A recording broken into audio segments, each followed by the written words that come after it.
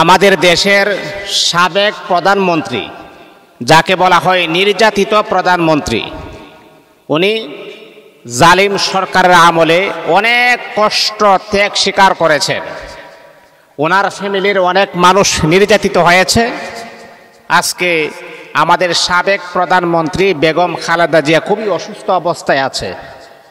দেশবাসীর কাছে ওনার কাছে আমরা দোয়া চাই, আল্লাহ পাক রব্বুল আলামিন যেন তাকে পরিপূর্ণ সুস্থতার নিয়ামত যেন দান করেন। কারণ সুস্থ করার মালিক যিনি, অসুস্থ করার মালিকও তিনি।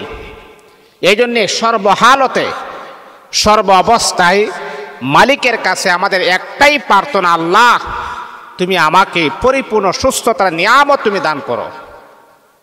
এমন অসুস্থতা আমাকে দিও না যাতে করে আল্লাহ এটা আমার জন্য বিশাল একটা কঠিন পরীক্ষা হয়ে যায়। আর আমাকে যদি আপনি শক্ত এবং কঠিন পরীক্ষা নেন, তাহলে আমি আপনার কঠিন পরীক্ষাতে পাশ করতে পারবো না। আমাদের ঈমান তো সাহাবায়ে কেরামের মতো নয়। আমাদের ঈমান তো উলামায়ে কেরাম, যারা তাবেঈন, আইম্মায়ে মুজতাহিদিন, তাদের মতো নয়। এই জন্য আল্লাহ পাকের কাছে সদা সর্বদা স্বাস্থ্য সুস্থ থাকার জন্য দোয়া করবেন।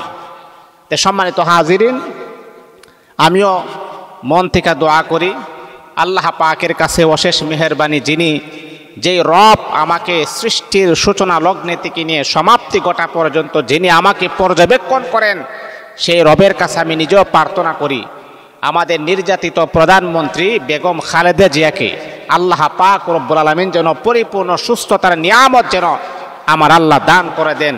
আল্লাহ পাক আল্লাহ তাআলারই প্রিয় বান্দিকে যেন কবুল করে।